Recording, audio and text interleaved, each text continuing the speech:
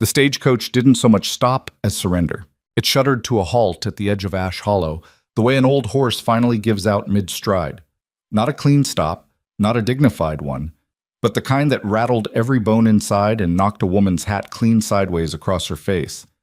The driver didn't even climb down.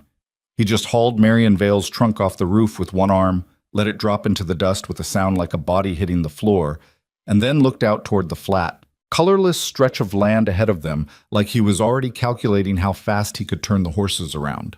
"End of the line," he said. Not unkindly, just honestly.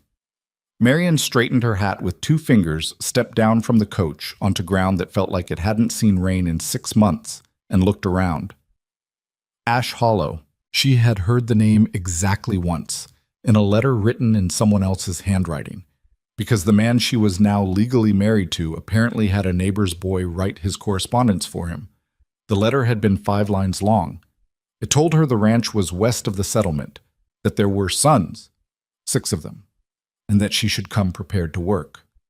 It did not say anything about the land itself. It did not mention that Ash Hollow looked less like a settlement and more like something that had tried to become a town and then thought better of it. 3 buildings.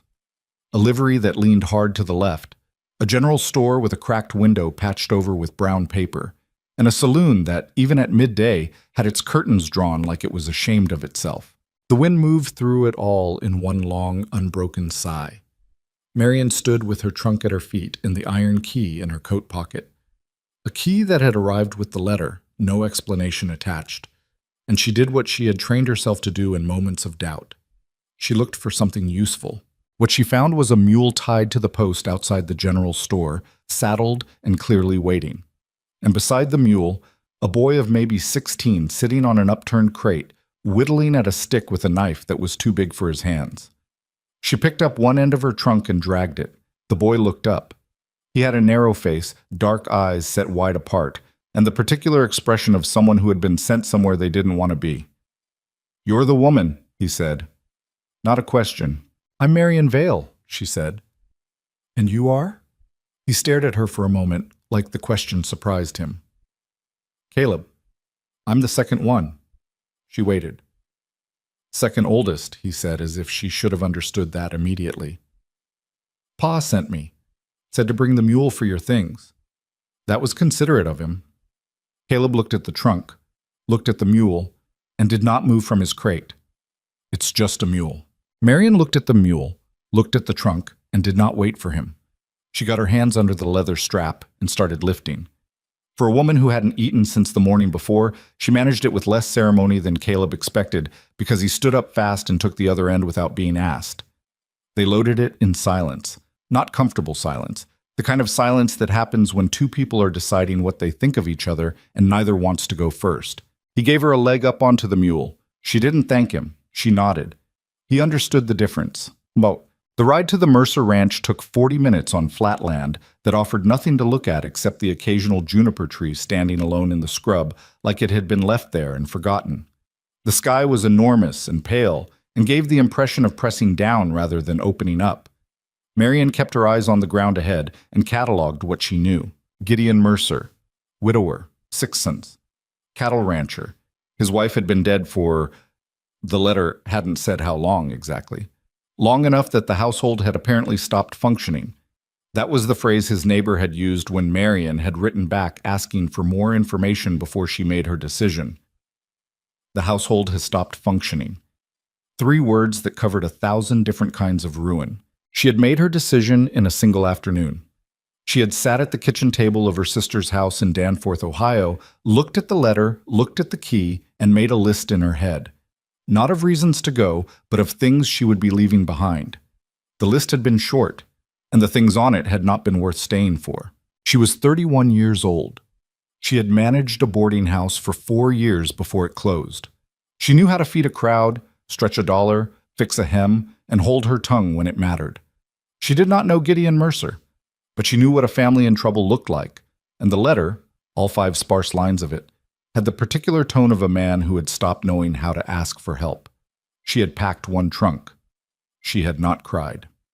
The ranch came into view around a low rise, and Marion's first impression was that it was bigger than she expected and more tired than she'd feared. The main house was a long, low structure of dark wood with a porch that sagged on one end and a chimney that needed repointing. Behind it, a barn that had seen better decades. A water trough. A corral with a dozen horses standing together like they were trying to keep each other warm. Fence line that ran in the right direction but had gaps where posts had gone down and hadn't come back up. It was the kind of place that had once had someone taking care of it. Caleb didn't say anything as they came up the dirt track toward the house. He rode ahead slightly and kept his eyes forward, and Marion noticed that his jaw had tightened in a particular way. Not anger exactly, more like bracing, like a person approaching something they were never quite sure how to handle. The porch was empty. Good. She had not wanted an audience for the arrival. What she got instead, when Caleb pushed open the front door and stood back to let her through, was a smell. Something burning. Not wood. Food. Scorched food, which was a specific and unmistakable disaster, the kind that meant someone had put something on heat and walked away from it long enough for it to go past saving. And beneath that smell, movement. She stepped into the front room and found herself looking at a kitchen visible through an open doorway, where a boy, small, very small, couldn't have been more than 4 years old, was standing on an upturned crate in front of a cast-iron pot, holding a wooden spoon that was twice the length of his arm, stirring something with the solemn focus of someone who had been given an important job and was terrified of failing at it.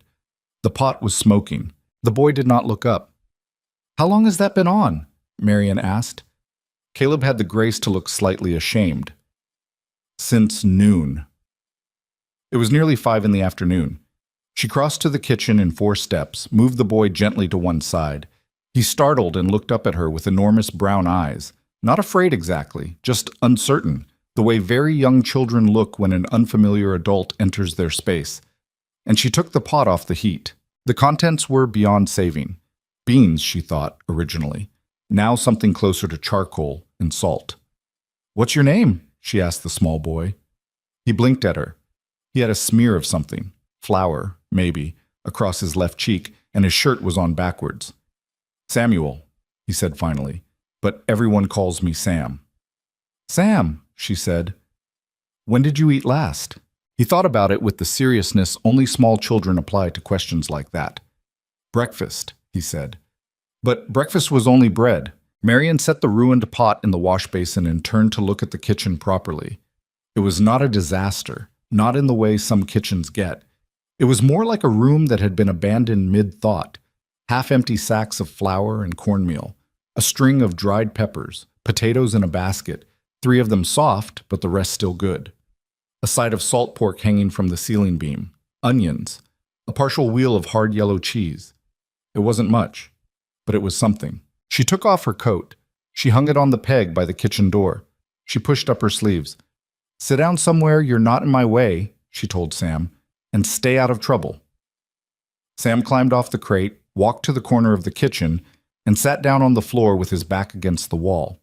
He pulled his knees up to his chest and watched her with those enormous eyes. From somewhere deeper in the house, she could hear voices. Older boys. The particular sound of young men talking in the low, half-aggressive register they use when they're not quite fighting, but could be. She could hear it, and she chose, for the moment, to let it stay where it was. The rest of them came in stages. The next one appeared in the kitchen doorway about 20 minutes later, drawn presumably by the smell, which had shifted from scorched ruin to something more like onions frying in a cast-iron pan with diced salt pork. He was taller than Caleb and broader across the shoulders, with the same dark Mercer eyes but a harder set to his mouth.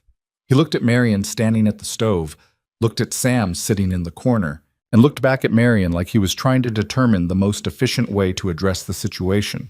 "Who said you could use our kitchen?" he said. "Hunger generally doesn't wait for permission," Marion said, without turning around. A pause. "I'm Thomas, the oldest."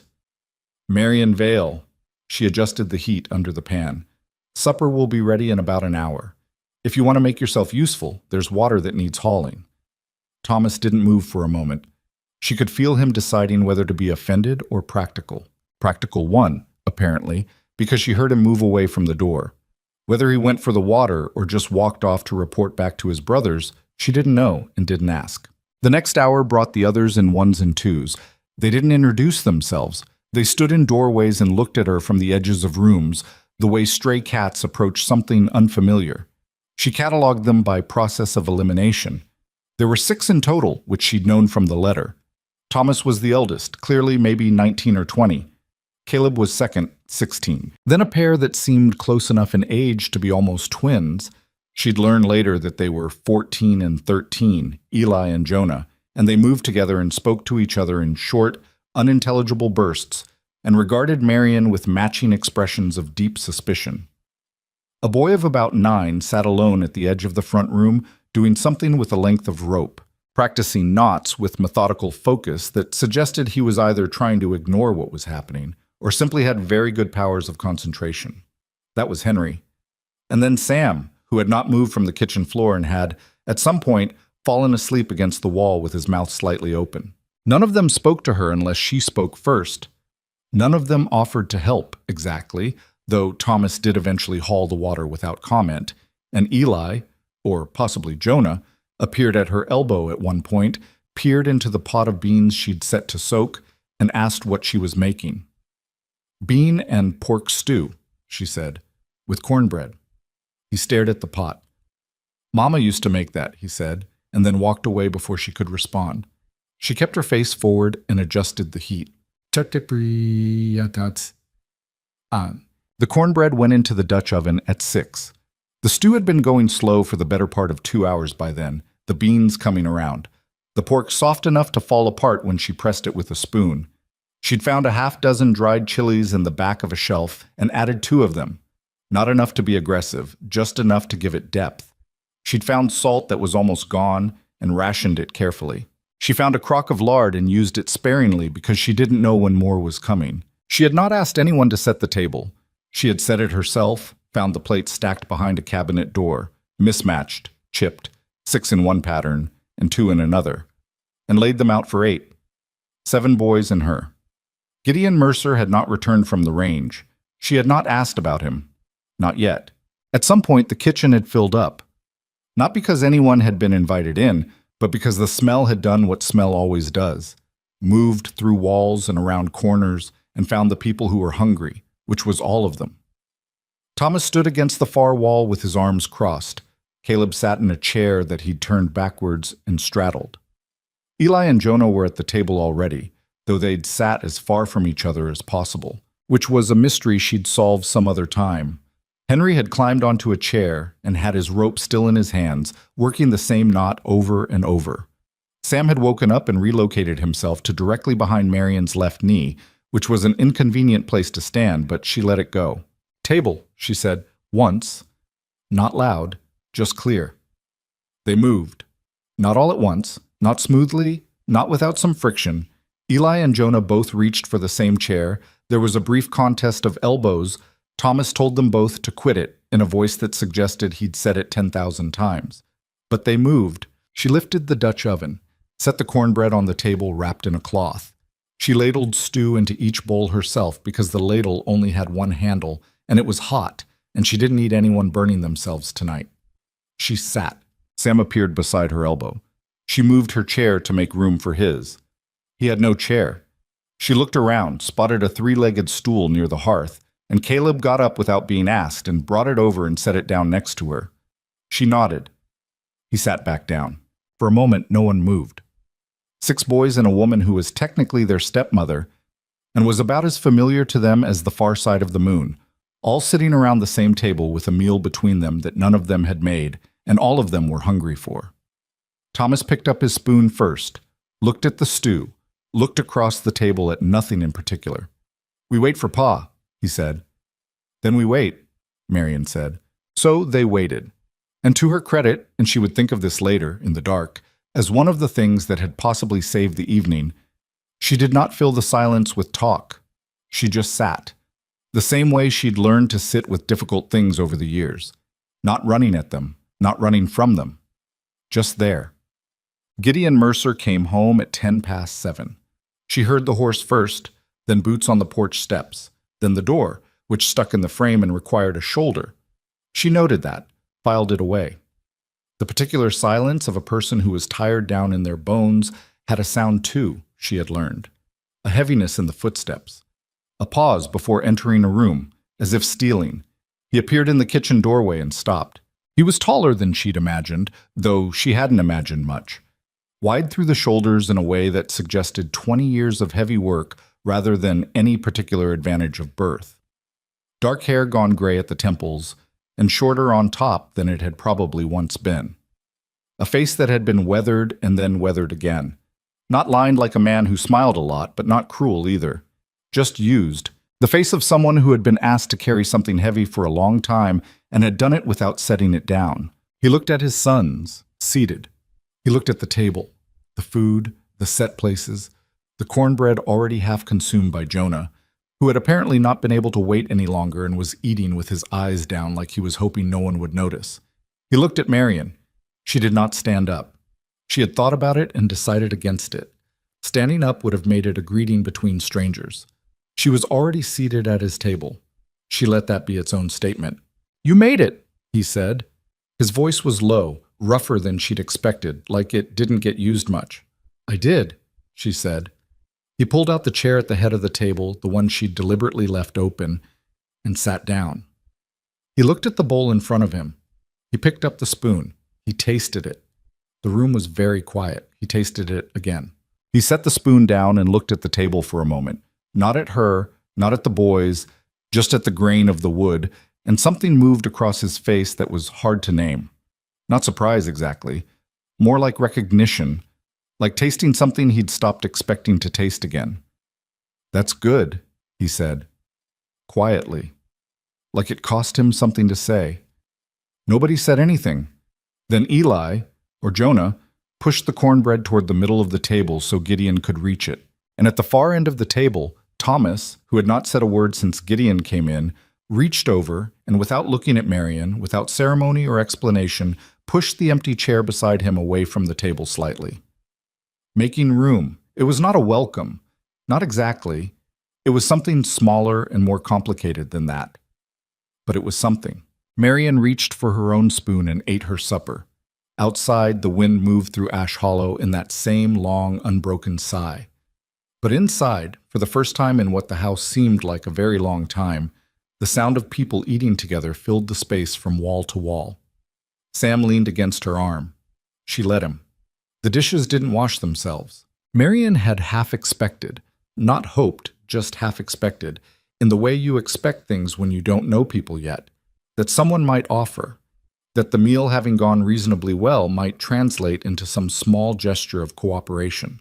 A boy picking up a plate, someone carrying the pot to the wash basin, anything. What she got instead was the sound of chairs scraping back and boots on floorboards as 6 boys dissolved into the rest of the house like smoke through a cracked window. Thomas went first, out the front door without a word, and the others followed in their various directions. Eli and Jonah up the stairs, Henry back to his rope and his corner, Caleb to wherever Caleb went when he wanted to disappear.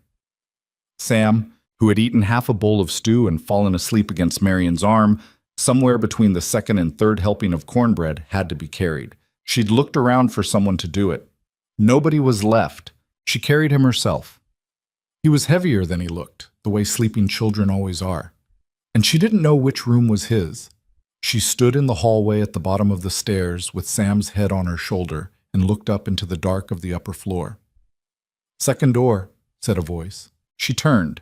Gideon was still at the table, the way she hadn't noticed because she'd been looking everywhere else. He had a cup of something, coffee or what passed for it, and he was looking at her with an expression she couldn't fully read. Not warm, not unwelcoming either, just watching. "Second door on the left," he said again. She went up. The stairs creaked on the 3rd and 5th steps. The second door on the left opened into a small room with 2 narrow beds, one of which was clearly Sam's. It had a knitted blanket half on the floor and a wooden horse tucked against the pillow. She laid him down and pulled the blanket up, and that was that. She did not linger. She did not look around at the room for too long, because it would tell her things about the life lived in it, and she wasn't ready for all of that yet. When she came back downstairs, Gideon had moved to the front porch. She washed the dishes alone. It took the better part of an hour. The pot had to be scraped and soaked and scraped again. She found a lamp that needed trimming and trimmed it. She found a cloth that was past saving and used it anyway until it fell apart in her hands. She worked through the quiet of the house, through the sounds of boys settling upstairs. A door closing, something heavy dropped on a floor, low voices she couldn't make out the words of, and she did not think about whether this had been a mistake. She had learned a long time before Ash Hollow that thinking about whether something was a mistake while you were already in it didn't help anything. You just kept working. The fire had burned low by the time she was done. She banked it, found a candle, and went to find where Gideon had gone. He was on the porch with his back to the door, forearms on the railing, looking out at the dark of the range. The sky was the kind of clear you only got this far from any real town. Stars not just present, but pressing, dense, and indifferent. The cold had come in hard after sundown. She pulled her coat tighter and stood in the doorway for a moment. "I'll make a list in the morning," she said. "Provisions that are running low. If you can tell me when someone goes into the settlement next, I can send it along." He didn't turn around. "Thomas goes Saturdays." "Saturday, then." A pause. The kind that wasn't uncomfortable exactly, but had weight to it. "You didn't have to do the dishes," he said. "Someone did." He turned at that. Not all the way, just enough to look at her sideways. In the dark, his face was harder to read. "You're not what I expected," he said. "I didn't know what to expect either," she said. "I still don't." That seemed to settle something in him, or at least not unsettle it further. He turned back to the range. "Boys will be up before dawn," he said. "The two oldest work the cattle. The middle two handle the horses and the fencing. Henry does what he can, which is more than people think. Sam—" He stopped, started again. "Sam doesn't have a task yet. He just follows whoever will let him." "Who lets him?" Gideon was quiet for a moment. "Nobody much. He slows things down." Marion thought about the small boy standing on a crate, stirring a pot of scorched beans with a spoon he could barely lift, left there to do a job nobody had really thought through. She kept her voice even. "He's 4. "I know how old he is." She didn't push it. "Not tonight." "I'll take the room at the end of the hall," she said. "I have a key for it." That did something. He turned fully then and looked at her with something that was either surprise or discomfort, possibly both. "That was Clara's room," he said. "Clara." So that was her name. The letter hadn't said. "I had it locked after—" He didn't finish the sentence, pressed his jaw shut around the end of it. "I know," Marion said, though she hadn't known until this exact moment. "If there's somewhere else more appropriate, I'll take that." He was quiet for a long time, long enough that the wind came through and moved the dry grass at the edge of the porch, and passed on. "No," he said finally. "It's the right room. Take it." She nodded. She went back inside. She did not ask any more questions that night. The first full day was an education. She was up before the light fully arrived, which meant she was up before most of the boys, which was the point. She'd slept in Clara's room on a narrow bed with her own blanket from the trunk, in a room she hadn't let herself look at properly in the dark. In the morning light, with the curtains she'd kept closed overnight, still closed, she'd dressed and gone straight to the kitchen without looking at the walls or the chest of drawers or the small framed sketch above the headboard that she'd noticed only as a shape in the dark and chosen not to examine. The kitchen was cold. The fire had gone completely out overnight, which meant someone should have banked it better, which meant her, since she'd been the last one up. She restarted it with the method she'd been using since she was 12 years old, crumpled paper and dry tinder and patience, and by the time she had oats going and water heating for coffee, the sky outside the kitchen window had gone from black to deep blue to the particular pale gray that came just before actual morning. Thomas appeared first, same as the night before, in the kitchen doorway with his boots already on. He looked at her, looked at the stove, looked at his own hands. "You're up," he said. "So are you." She poured him a cup of the coffee. It was weak. She'd found only a small amount left in the tin, and she'd have to add it to the Saturday list. She set the cup on the counter because she wasn't sure if handing it to him directly would be welcome. He picked it up, drank from it, made a face. "That's weak." "There's not much left," she said. I'll note it down. Pa likes it stronger." "I'm sure he does." "Pour it back if you'd rather have nothing." He didn't pour it back. He leaned against the counter and drank it with the expression of someone who had decided to be ungrateful about something and then lost the energy for it halfway through. He was 19, she'd worked out, possibly 20. Old enough to be tired in the way that only came from real responsibility, young enough that the tiredness hadn't settled into something permanent yet. "How long have you been running things?" she asked, keeping her voice conversational, like it was just a question, not a doorway. He glanced at her sideways. "Since Ma died." "How long is that?" 3 years. He said it flatly, like a fact about weather. Thomas was 17 when she went. Pa couldn't do much for a while. So. Such a small word for such a heavy thing. "You've done well," she said. He snorted, not mean, just disbelieving. "The place is half falling apart. The place is standing, 6 boys are fed and alive. That's not nothing." He looked at her then. Really looked. Not the sideways suspicious glance he'd been using since she arrived, but directly, like he was recalculating something. She held his gaze and kept her face neutral, because she wasn't trying to win anything. She was just telling him what she could see. He finished the coffee, set the cup down, and went out through the back door. She heard him call for Caleb somewhere outside. She turned back to the oats. She met the resistance more squarely on the second morning.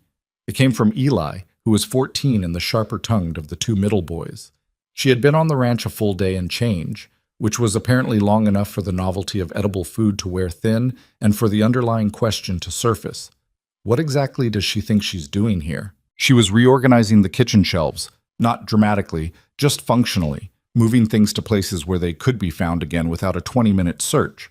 When Eli appeared in the kitchen and watched her move a sack of cornmeal to a higher shelf, with the expression of someone watching someone else rearrange their belongings without permission. "That was fine where it was," he said. "It was on the floor getting damp," she said. "Up here it stays dry." "It's always been on the floor." "Things can change." He pulled out a chair and dropped into it, not to help, just to be present in the way teenagers were present when they wanted to make their skepticism felt as an atmospheric condition. "Thomas says you're staying," he said. "I'm staying." He didn't sound happy about it. He doesn't have to be happy about it. Eli picked at a groove in the table with his thumbnail. He was quiet for a moment, and she could feel him working up to something. "Our ma was a good cook," he said. Not to compliment her, more like drawing a line. "I'm sure she was." "Better than that stew last night." She moved the dried peppers to a hook where she could reach them easily. "Maybe," she said. That seemed to surprise him. He'd expected a defense, probably, or an apology. She gave him neither. She just kept moving things around. "Jonah said it was good," he admitted, after a pause that was longer than he intended. "Jonah should speak for himself then." Eli's mouth twitched. Not quite a smile. Something adjacent to one. "He does that," he said. "He talks too much." "And you talk too little?" "I talk exactly the right amount." She looked at him over her shoulder. "That's what people who talk too little always think." He stared at her. She turned back to the shelves, and after another moment, without being asked, he got up and moved the bench that had been blocking the corner cabinet so she could get to it. She didn't thank him. He didn't want thanks. He wanted to feel like it was his decision, so she let it be his decision. But Henry was different. Henry was 9 years old and watched everything with wide, careful eyes. And the first time she caught him watching her, he didn't look away the way she expected. He held her gaze with a directness unusual for his age, like he was making an assessment he'd started before she arrived and hadn't finished yet. She found him one afternoon sitting on the porch steps with his rope, still working that same knot, though she could see from the way he did it that he already knew it perfectly and had been practicing some other reason, the same way some people cleaned already clean surfaces when they needed to think. She sat down on the step beside him. Not too close. She had a mending basket with her. There was always mending. And she worked on one of Sam's shirts with the needle and thread. He watched her hands. She watched his. "That's a bowline," she said after a while. He looked up fast. "You know knots?" "My uncle ran a feed depot. Had to tie down loads. He taught me." She tied off the thread. "He said a bowline was the one knot that could save your life and wouldn't jam when you needed to undo it fast." Henry looked at his rope with renewed interest, like this information had just added value to something he already cared about. "Pa says I should be learning something more useful," he said. What does Pa say would be more useful? Cattle work. But I'm too small still. He said it without resentment, just factually. Eli says I'm the spare. Marion stopped sewing. She looked at him. The spare what? Henry shrugged, one of those small shrugs that wasn't quite indifferent. The spare son, like a spare part. The ranch doesn't need 7 of us. It only needs the big ones. I just haven't grown yet. She looked at him for a moment. 9 years old, and already someone had said something like that within his hearing. Whether they meant it cruelly or carelessly hardly mattered once the words were in a child's head. Eli's 14, she said, going back to her sewing, keeping her voice even. 14-year-olds say things they think sound smart that are actually just stupid. Don't organize your life around what Eli says. Henry blinked. Then he looked down at his rope. After a moment, he held it out to her. Do you want to learn a different one? She took it. Show me. The tension with Caleb was harder to locate because Caleb was harder to locate. He was the ghost of the ranch, technically present, perpetually elsewhere, appearing at meals and then vanishing, doing his assigned work and then disappearing into some corner of the land that nobody thought to follow him to. He wasn't sullen, exactly. He just kept himself narrow, like he'd learned to take up as little space as possible and had gotten good at it. She found him 2 days in, sitting in the barn with a book. She'd come in to check on a sack of feed she'd noticed was spilling, and there he was in the back corner on an upturned bucket, so deep in what he was reading that he didn't hear her come in until she was almost beside him. He looked up and closed the book in the same motion, not like he was hiding it, more like a reflex. Don't stop on my account, she said. He looked at her, at the book. It's nothing. She could see the spine from where she stood. It was a history, something about the Mexican territories. Doesn't look like nothing, she said. He didn't respond. He set it on his knee like he wasn't sure whether to open it again. Thomas says reading's a waste of time when there's work, he said. Thomas works too hard to have opinions about everything. Caleb's eyebrows moved, just slightly. You don't know Thomas. Not yet. She checked the feed sack, found the tear, and pressed the split edges together to see how bad it was. Not too bad. She could sew it. I know that anybody who spends time alone with a book usually has reasons for it. The silence that followed was the specific kind of silence that meant she'd touched something real, and he wasn't sure what to do about it. She didn't press. She folded the feed sack, tucked it under her arm to deal with later, and turned to go. She used to read to us, Caleb said.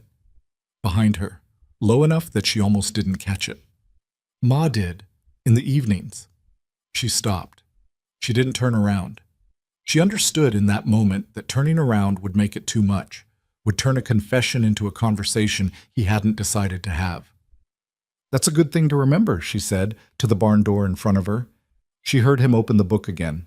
She walked out into the late afternoon sun and let the moment stay where it belonged. Gideon was the hardest. Not because he was unkind. He wasn't unkind. He was something more difficult than unkind, in the way a stone wall is more difficult than a locked door. At least with a locked door, you can see the lock. He worked from before first light until well after dark most days, appeared for meals, answered direct questions with the minimum number of words required, and otherwise maintained a careful distance that seemed less about her specifically and more about everything in general. Like he'd drawn a perimeter around himself at some point and could no longer remember where he'd put the gate. She watched him with his sons. Not obviously, not the way a person watches when they want the watch to know it, but in the quiet way you observe anything you're trying to understand. He wasn't absent, exactly.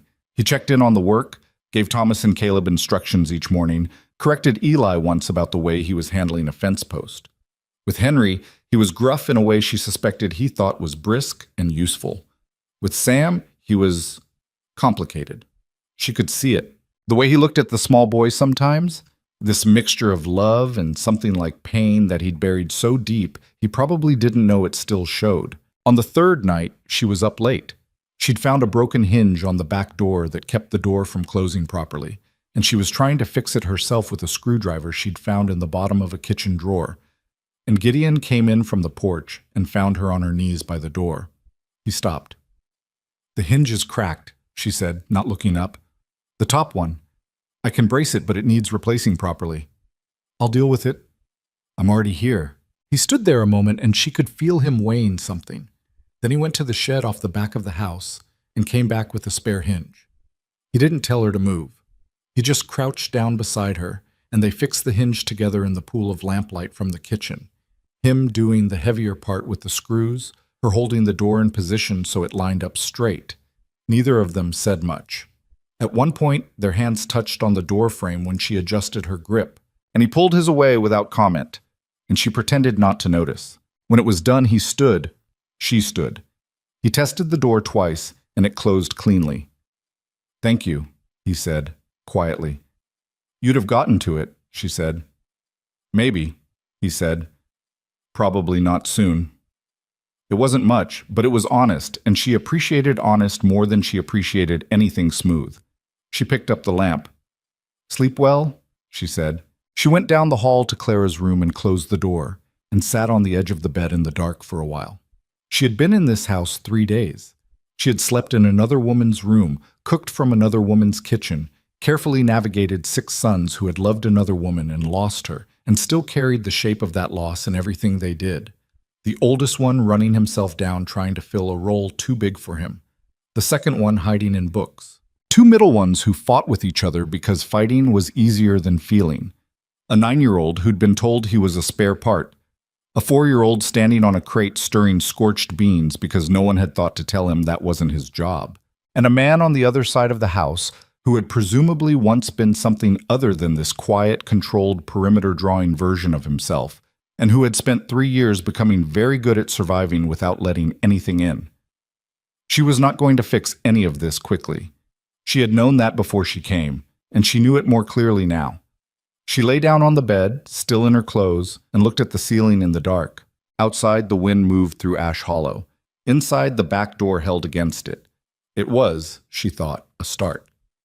The first week passed the way first weeks in difficult places always do. Not smoothly, not badly, but in that grinding, uncertain middle ground where nothing is quite right and nothing is quite wrong enough to force a decision. Marion learned the rhythms of the ranch the way she learned most things, by watching first, then moving when she understood where the gaps were. The mornings belonged to Thomas and Caleb, who were out before full light with Gideon and didn't come back until midday, aching and short-tempered, at which point food was the only thing that mattered, and conversation was not attempted. The afternoons were more complicated. Eli and Jonah worked the horses and the fence line, which kept them busy enough not to be underfoot, but they overlapped in the evenings in ways that generated a specific friction she hadn't quite mapped yet. Henry did his work and then disappeared into whatever private project occupied him that day. Rope or rocks or some intricate thing he was building in pieces behind the barn that she'd caught a glimpse of but hadn't asked about yet. Sam followed the household like a small satellite, orbiting whoever was nearest and most likely to tolerate company. She made the house functional. Not beautiful, not transformed, just functional. She fixed 3 things that had been broken long enough to become invisible. The hinge she and Gideon had addressed together, a chair whose leg had been propped up with a folded piece of leather for so long the leather had compressed into the shape of the floor, and a window pane in the back room that someone had covered with a board when it cracked and left that way, which meant the back room was permanently dark and cold, and no one used it. She replaced the glass with a piece she'd found wrapped in cloth in the shed, and afterward the room got afternoon light for the first time in what appeared to be months. Nobody commented on any of it. She hadn't done it for comments. The cooking, though. The cooking was where she felt the ground shift in ways she could almost measure. It wasn't dramatic. It was the opposite of dramatic. It was Jonah, on the 4th morning, appearing in the kitchen doorway at a time he had no practical reason to be there and asking, with elaborate casualness, what was for supper. It was Eli eating seconds on the 5th night, and then pushing his chair back hard and announcing he was going to bed like someone who resented being caught enjoying something. It was Thomas, whose default position at the table was arms crossed and expression calibrated to reveal nothing, who nonetheless always finished everything on his plate, and once, when she'd made a rye bread from a recipe she'd adapted out of necessity and habit, had looked at the loaf for a long moment before cutting a piece and said, almost to himself, "Didn't think rye grew right out here." Yes. She had explained that it didn't, she'd substituted and adjusted. And he had listened in the way people listen when they're deciding whether to be interested, and then cut a second slice. She was building something. She didn't have a word for it. It wasn't trust, not yet. more like a provisional truce between the house and the idea of her. And then the Saturday came. She had been on the Mercer Ranch for 8 days when she put together her first proper list for the settlement. Coffee, the primary urgency. Flour, which was running lower faster than expected because she'd been baking more than they'd been budgeted for previously, though nobody had complained about that. Salt, lard, a bolt of cotton cloth, because Sam had 2 shirts and one of them had a tear she'd mended 3 times already. And Henry's boots had a separation in the sole she'd been watching with concern. She'd written it out the night before and added a note at the bottom, in her careful hand, that these were necessities and not improvements. She gave the list to Thomas at breakfast. He read it, looked up, looked back at it. Cotton cloth, he said. Sam needs a shirt. Henry's boots need attention. I know what Sam needs? Then you know why it's on the list. He folded it and put it in his shirt pocket. Caleb was already by the door with the wagon hitched and waiting, because Saturdays were market days and Thomas was always in and out of the settlement in under 2 hours, which was a system that apparently worked for everyone. Marian had one more thing. She'd been thinking about whether to say it, and had decided it was more useful to say it plainly than to let it sit. The coffee tin, she said, as Thomas was heading for the door. There's something at the bottom of it, wrapped in cloth. He stopped. His back was to her. I don't know if that's been there a long time or a short time, she said. It's not my business. But if it belongs to one of the boys, or to you, you should have it back before the tin gets replaced. Thomas turned slowly. His face was doing the thing it did when something had gotten through his guard, and he didn't want anyone to know. How long have you known it was there? Since the first day. And you didn't take it. She looked at him steadily. Why would I take it? He held her gaze for a moment. Then he went to the coffee tin himself. She had replenished it from a small supply she'd had in her trunk, just enough to get through until Saturday. And he reached into the near-empty original tin and took out the cloth-wrapped thing. Whatever it was small and fit in his closed hand. He looked at it. He didn't open it in front of her. It's Ma's ring, he said. She had 2 of them. Pa has one. I kept the other one so nobody lost it. She nodded. That was smart. He put it in his shirt pocket with the list. I'll get the cloth, he said, and left. The day Thomas and Caleb went to the settlement was the day the trouble finally broke the surface. It had been building, she'd known that. She knew how these things worked in households under pressure. The real conflicts didn't announce themselves. They gathered in corners and collected weight until something small and unrelated knocked them loose. What knocked it loose was a bucket of water. Eli had carried it from the well and set it on the kitchen counter to be used for washing. Jonah, coming through too fast the way he always did, caught it with his elbow and knocked it to the floor. The water went everywhere. Across the clean floor she'd swept, over the corner where Sam was sitting with a wooden block, and onto Eli's boots. The language Eli used was inventive and immediate and far beyond what a 14-year-old should have known. Jonah told him he should watch where he left things. Eli told him he should watch where he put his arms. Jonah, who was 13 and approximately 40% pure impulse, shoved Eli. And Eli, who had been holding on to something much larger than a bucket of water for a great deal longer than 8 days, shoved him back with a force that sent Jonah into the cabinet hard enough to shake the dishes on the shelves. The cabinet door swung open and a ceramic bowl. Old, patterned, the kind of thing that had probably been bought in a previous life with a different feeling about the future, fell off the shelf and hit the floor and broke. The noise it made was the kind that emptied a house. Sam scrambled to the far corner.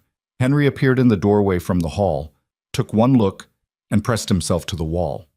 Marian had been coming from the back room with an armload of mending, and she stopped in the kitchen doorway and assessed. Eli was looking at the pieces of the bowl on the floor.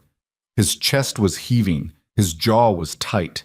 The particular look on his face was one she recognized.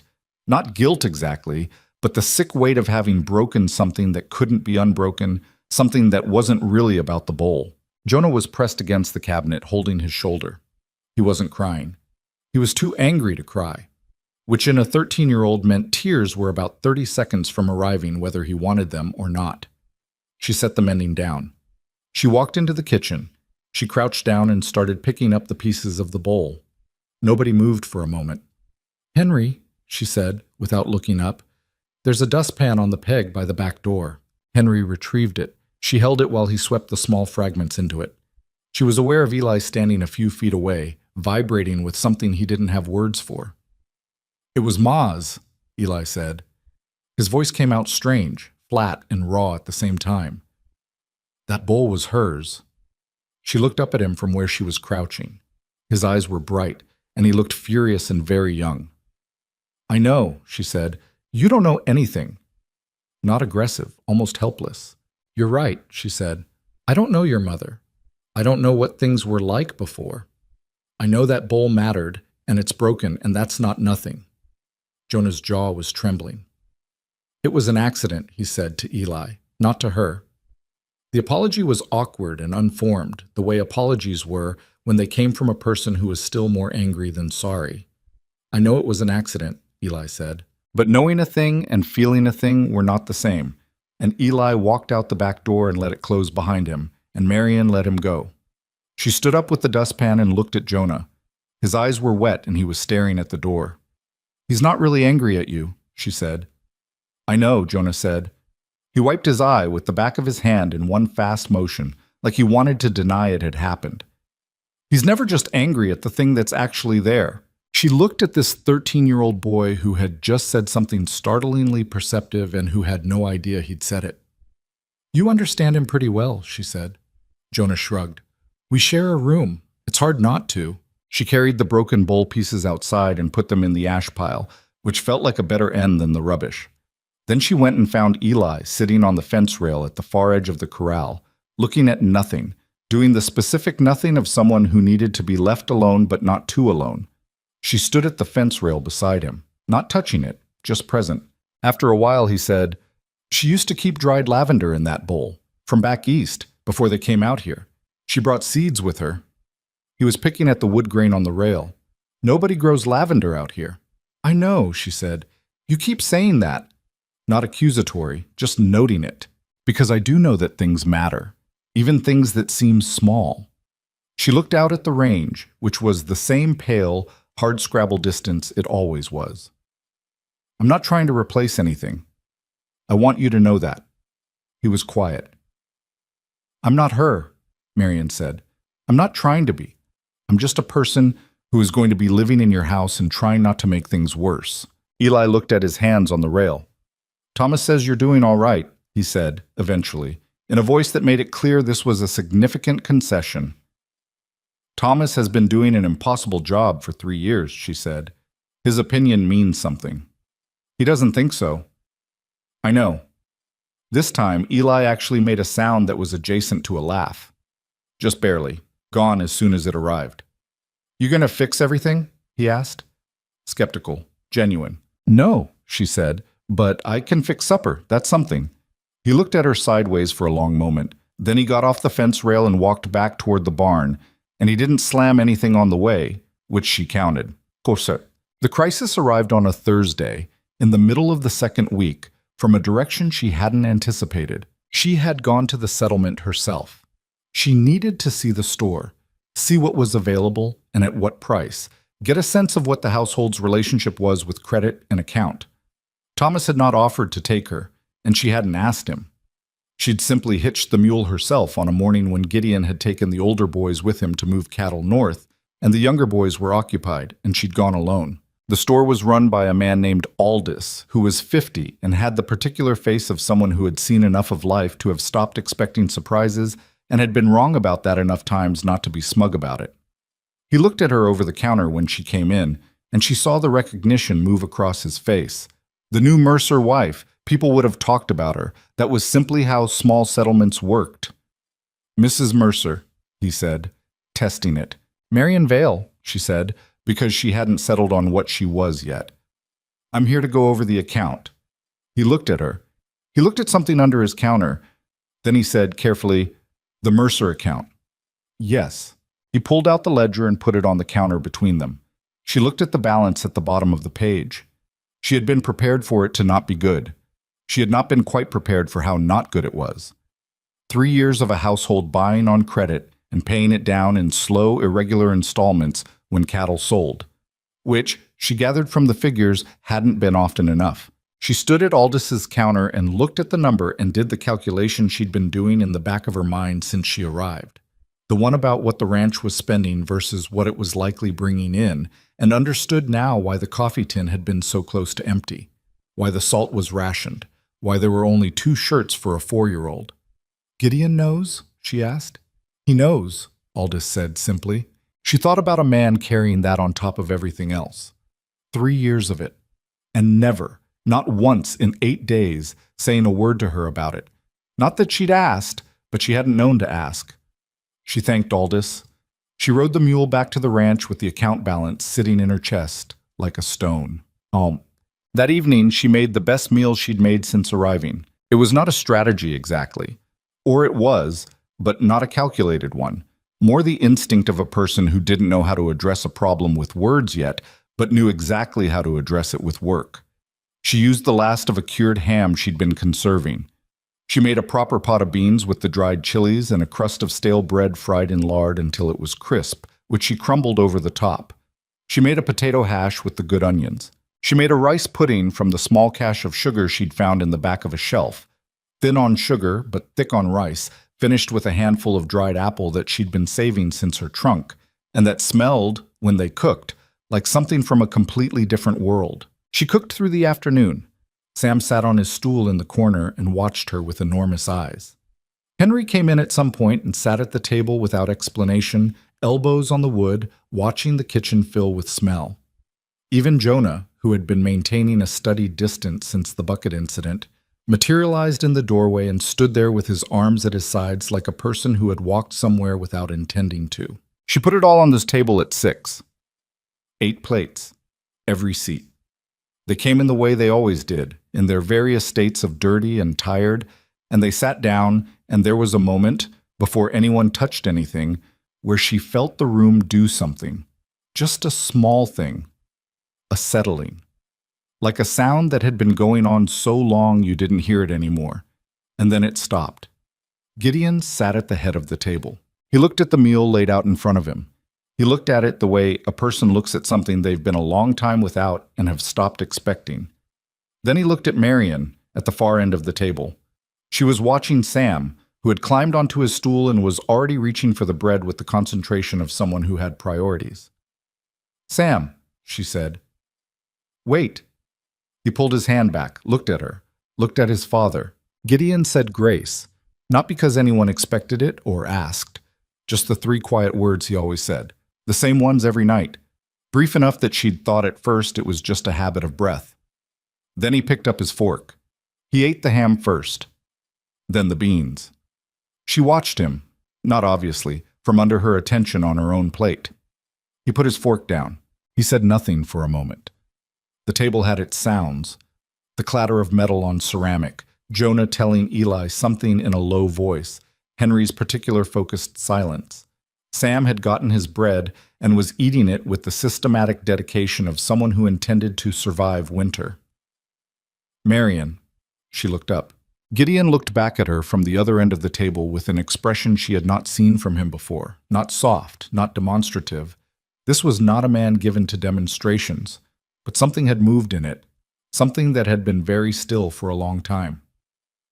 "This is the finest food I've had in years," he said, quietly enough that it was almost private, though the table was right there, 8 people on it, everyone capable of hearing. The table went a little quieter. She felt it without looking around. "I went long on the rice pudding," she said. "The sugar's almost gone." "It doesn't need more sugar," he said.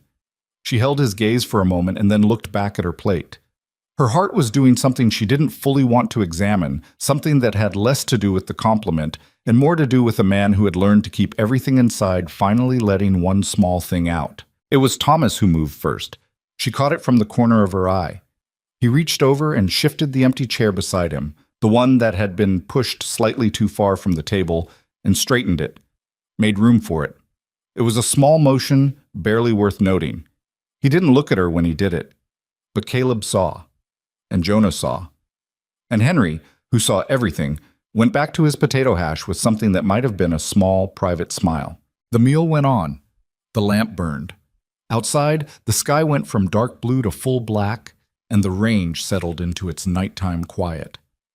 Inside the Mercer house, the sounds of people eating together at the same table filled the room from wall to wall.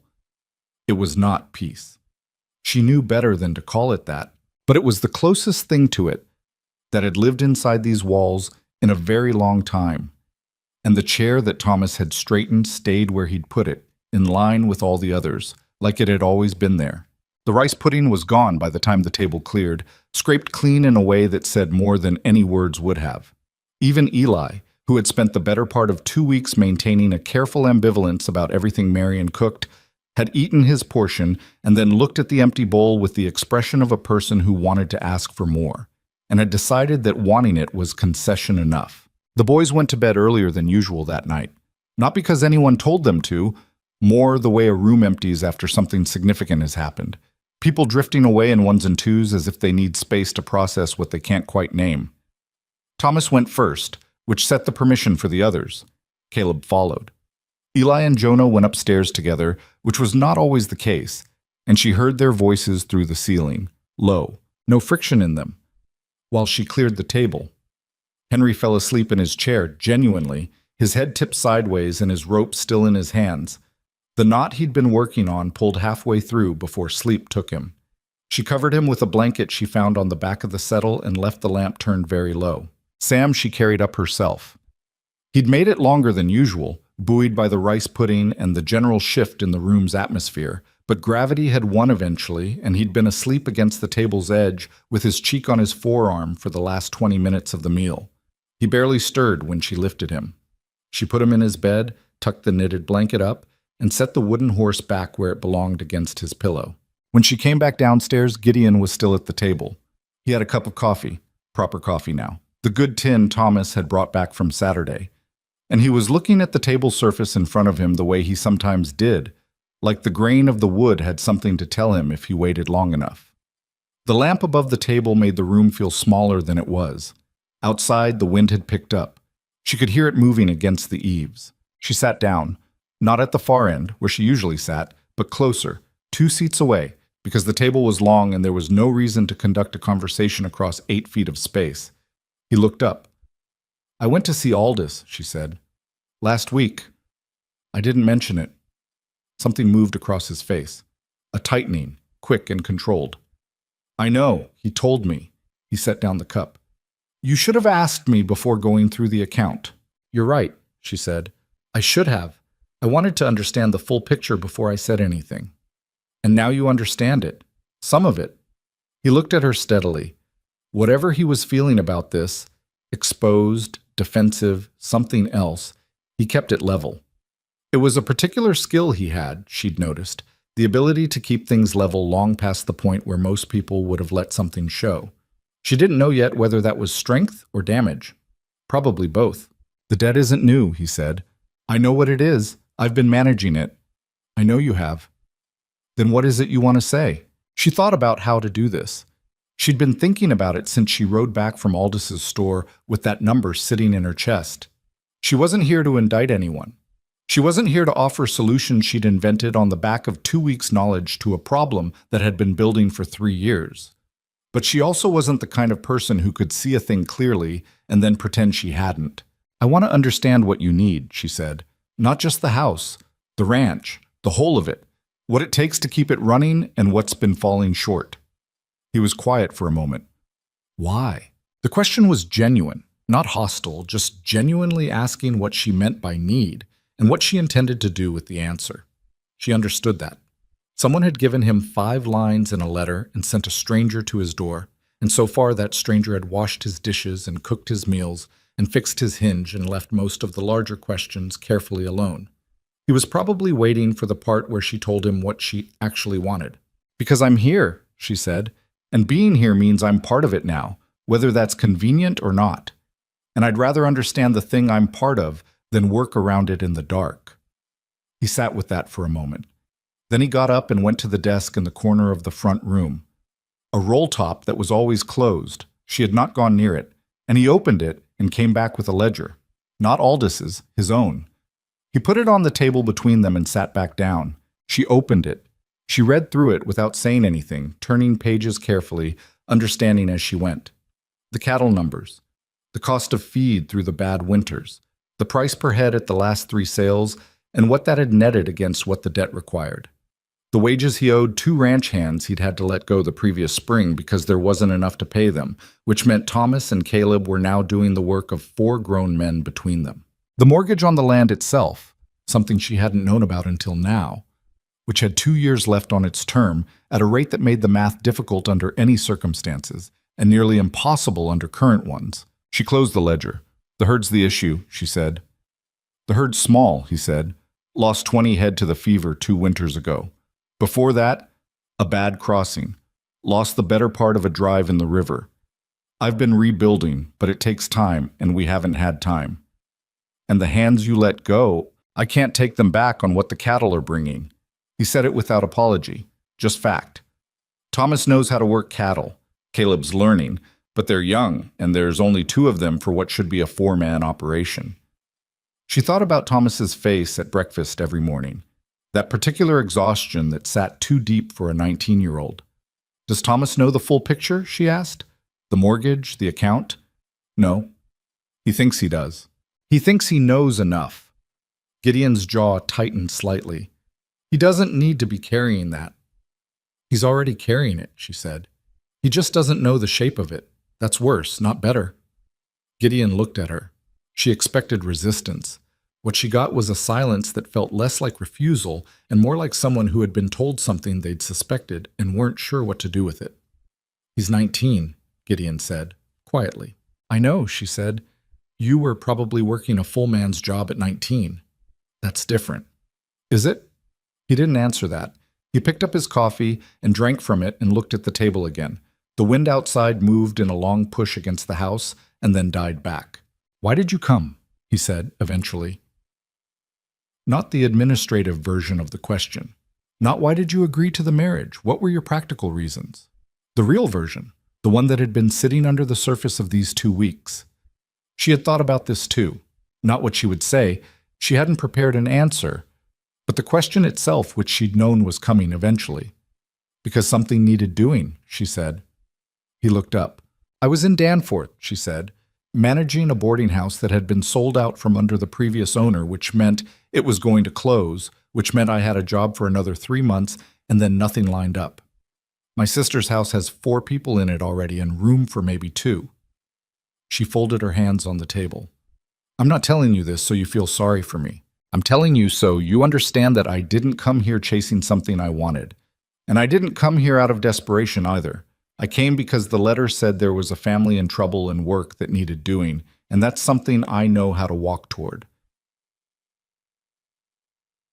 He listened to this with his hands around the coffee cup and his eyes on her, and she had the sense he was hearing not just the words, but the shape of the life behind them, the same way she'd been reading the shape of his. "You didn't know me," he said. "No." "Didn't know the boys?" "No." "Didn't know this place?" "Still don't," she said. "Not really. 2 weeks isn't knowing a place."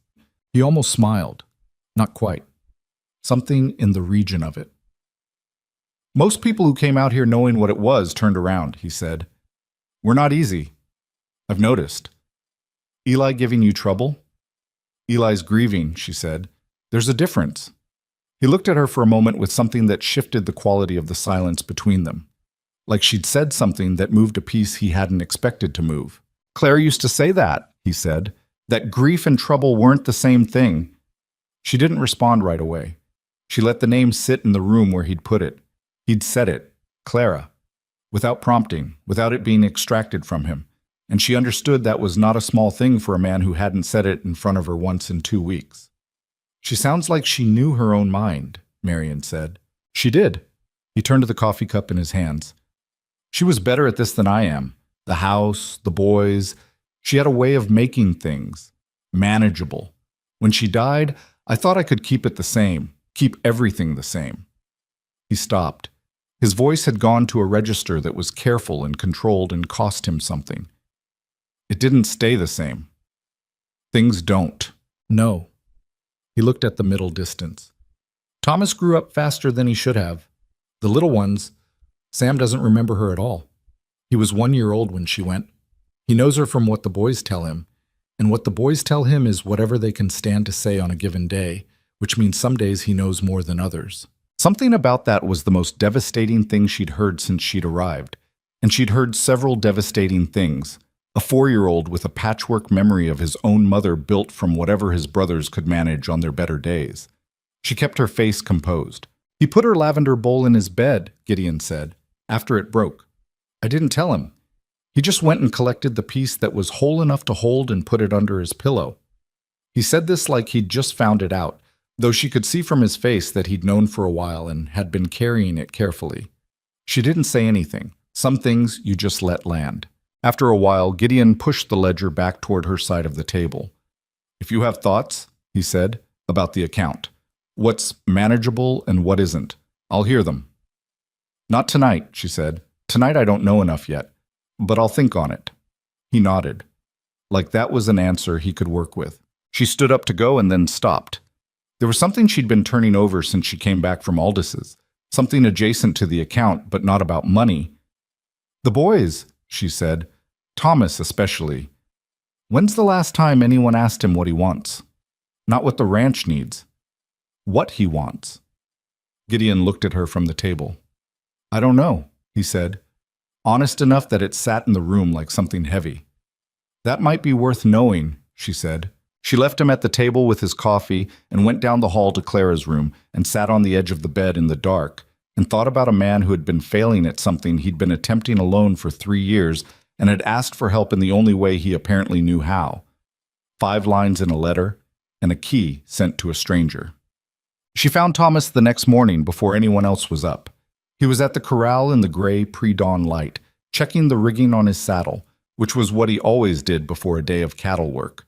Systematic, thorough, the same order every time.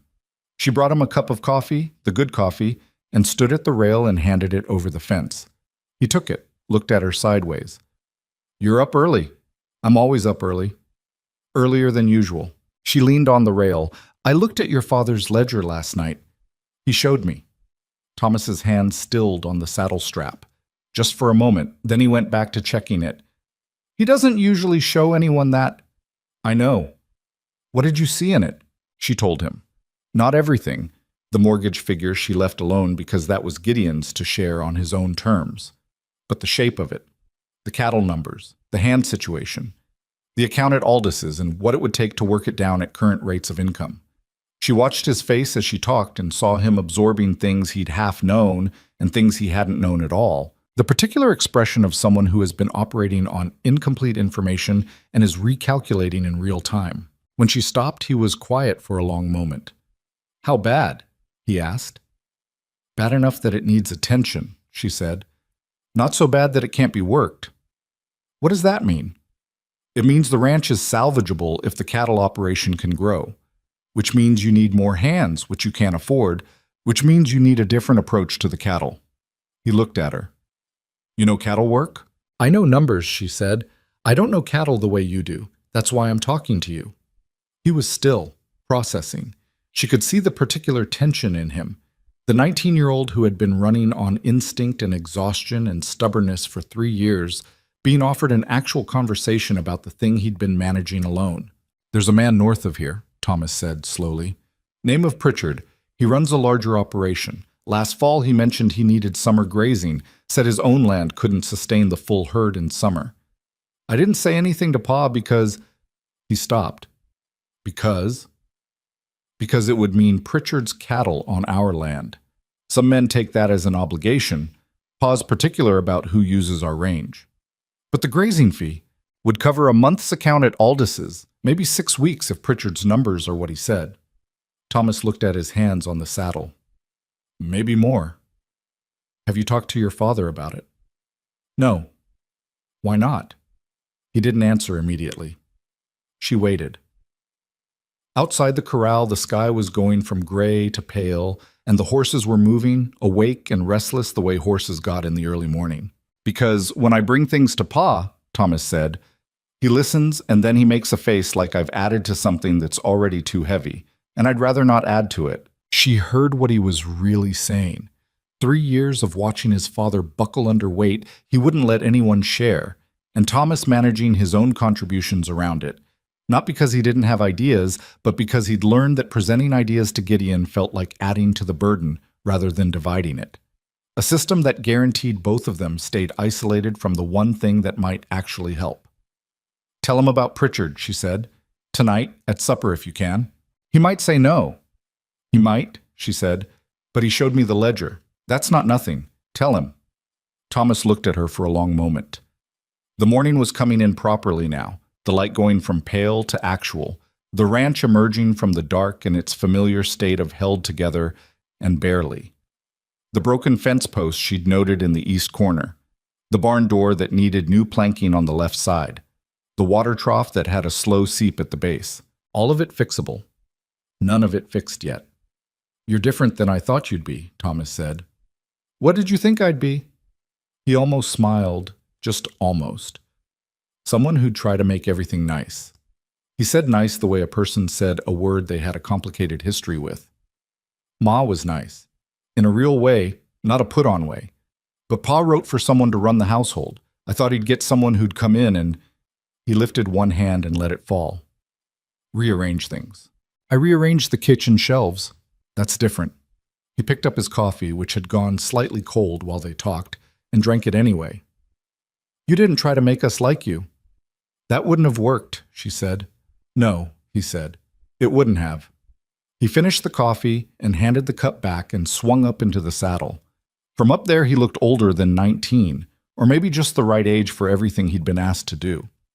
"I'll talk to Pa," he said. "About Pritchard." "Good," she said. He turned the horse toward the range. She watched him go, this boy who had been acting like a man for 3 years because nobody else could, and thought about what Gideon had said the night before. "I thought I could keep everything the same," and about what it cost a family to be kept the same when the thing that had made it what it was already gone. She walked back to the house. Sam was up. She could hear him through the kitchen window, talking to himself with the narrative momentum of a small child who had a lot to say and didn't need an audience to say it. Henry would be down in 20 minutes, hungry and methodical.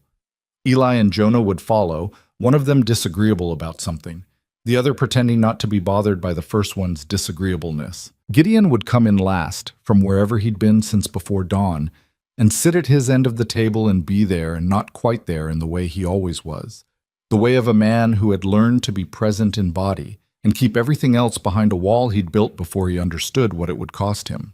She put the coffee on. She started the oats. She listened to the ranch wake up around her, its sounds and its silences, its particular rhythms that were starting, slowly, to feel less foreign and more like the texture of a place she lived in. She was not happy exactly. She didn't think happiness was the right word for this, or not yet, but she was not unhappy. She was doing something that mattered to someone, which was not always the same as being happy, but was, in her experience, more sustainable. The key was still in her coat pocket. She touched it sometimes, for no reason she could have explained, just checking that it was there. The room at the end of the hall was still mostly closed to her. She slept in it, but she hadn't opened the curtains, hadn't looked at the things on the shelf above the chest of drawers, hadn't examined the framed sketch above the headboard that she'd been registering only as a shape in the dark for 2 weeks. She wasn't ready for that yet. She knew she'd have to be eventually, but there was an order to things, and she had learned to respect it. Outside, the day came on in the flat, relentless way it always did in Ash Hollow. Not beautiful, not dramatic, just present. The pale sky pressing down over the pale land, the wind moving through the dry grass in long, irregular waves. And in the kitchen of the Mercer Ranch, the coffee heated and the oats thickened, and the smell of both moved through the house from room to room, reaching into corners and up through floorboards, doing what it had been doing for 2 weeks now, telling people something was there. Something was ready. Someone had stayed. Thomas talked to Gideon about Pritchard that same evening. Marion heard it happen. She was in the back room, the one with the replaced window pane that now let in afternoon light, mending Henry's boot sole with an awl and a length of waxed thread, which was painstaking work that required her full attention and kept her hands occupied while her ears did what they wanted. The voices from the front room were low enough that she couldn't catch every word, but she could catch the shape of the conversation. Thomas, careful and direct. Gideon, initially quiet in the way that meant he was deciding something. Then a longer exchange, back and forth. The particular rhythm of two people who don't talk easily trying to do it anyway because someone had finally made them understand it was necessary. She kept her eyes on the boot sole. The awl was old and the handle had worn smooth from years of use by hands that weren't hers. She'd found it in the bottom of the kitchen drawer where tools went to be forgotten.